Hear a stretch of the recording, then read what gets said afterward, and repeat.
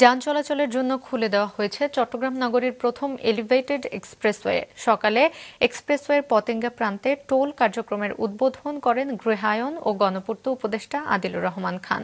জুলাই গণ অভ্যুত্থানে চট্টগ্রামের প্রথম শহীদ ওয়াসিম আকরামের নামে এ উড়াল সেতুর নামকরণ করা হয়। চট্টগ্রাম থেকে মোহসেনাত শিহাবের রিপোর্ট, ক্যামেরায় ছিলেন সঞ্জীব দে বাবু।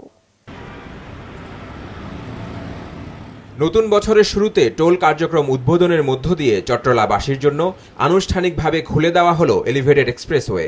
জুলাই গণ অভ্যুত্থানে চট্টগ্রামের প্রথম শহীদ ওয়াসিম আকরামের নামে নতুন করে নামকরণ করা হলো এটি। টোল কার্যক্রম উদ্বোধন করেন গৃহায়ন ও গণপূর্ত উপদেষ্টা আদিলুর রহমান খান। সাথে ছিলেন চট্টগ্রাম সিটি কর্পোরেশনের মেয়র ডাক্তার শাহাদাত হোসেন। পতেঙ্গায় 4টি অস্থায়ী বুথে শুরু হয়েছে টোল আদায়।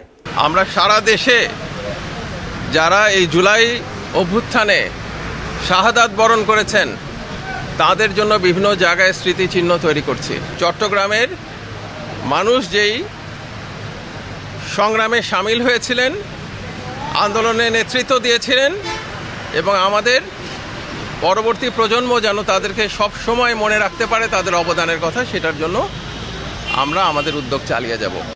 শুরুতে 14টি র্যাম্পের কথা থাকলেও এখন তা নেমে এসেছে 9টিতে। কোনো র্যাম্প চালু না করা হলেও অচিরেই 2-1টি করে খুলে দেওয়া হবে বলে জানান চট্টগ্রাম উন্নয়ন কর্তৃপক্ষের প্রকল্প পরিচালক মাহফুজুর রহমান। বাইক নিষিদ্ধ করায় অনাকাঙ্ক্ষিত ঘটনাও কমে আসবে বলে আশা তার। টোটাল যে 9টা র্যাম্প চলবে এর মধ্যে বাকি সিপিজেড উঠানামা এবং ক্যাপিজেড উঠা এই র্যাম্পগুলোর পাইলিংয়ের কাজ চলমান আছে। তো আশা করছি যেহেতু প্রত্যেকটা র্যামেরই ইউটিলিটি স্থানান্তর একটা আমাদের জন্য বড় চ্যালেঞ্জিং বিষয়, তাছাড়া জমি অধিগ্রহণ এবং স্থাপনা ক্ষতিপূরণ দিয়ে স্থাপনাগুলো অপসারণ করা, এই দুটোই হচ্ছে যে আমাদের এখন সবচেয়ে বড় চ্যালেঞ্জ। নিরাপত্তা জোরদার করা হয়েছে অনেক, আমরা মোটরসাইকেল নিষিদ্ধ করা হয়েছে। তো এখন ইদানিং দেখবেন যে আপনার অনেক অংশে এই যে অপ্রীতিকর ঘটনাগুলো করছে সেটা কমে যাচ্ছে। এছাড়া উড়াল সেতুতে দুর্ঘটনা নিয়ন্ত্রণে বসানো হয়েছে স্পিড ক্যামেরা। আমরা এখানে দু ধরনের জিনিস ইউজ করছি। একটা হচ্ছে স্পিড ক্যামেরা, যেটার মাধ্যমে পেনাল্টি করা হবে ওভার স্পিডার ভেহিকেলদের, আর যেটা স্পিড সাইন থাকবে, স্পিড সাইনের মাধ্যমে ড্রাইভারদেরকে অ্যাওয়ার করা হবে। এলিভেটেড এক্সপ্রেসওয়েতে টোল ধরা হয়েছে সিএনজি 30 টাকা, প্রাইভেট কার 80 টাকা, মাইক্রোবাস 100, মিনি বাস 200, বাস 280 টাকা করে। টোলের হার নিয়ে সন্তোষ জানান যাত্রীরা, তবে সিএনজি চালক ও প্রাইভেট কার মালিকদের দাবি কমানো হোক টোল। 30 টাকা যদি আমাদের জন্য 20 টাকা হতো তাহলে সিএনজি ড্রাইভারের একটু সুবিধা হতো।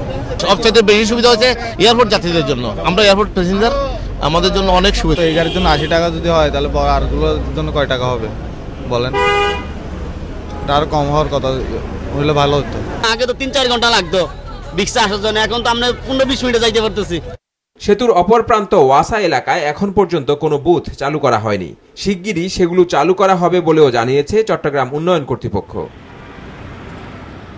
মোহসেনাত শিহাব, মাছরাঙা সংবাদ, চট্টগ্রাম।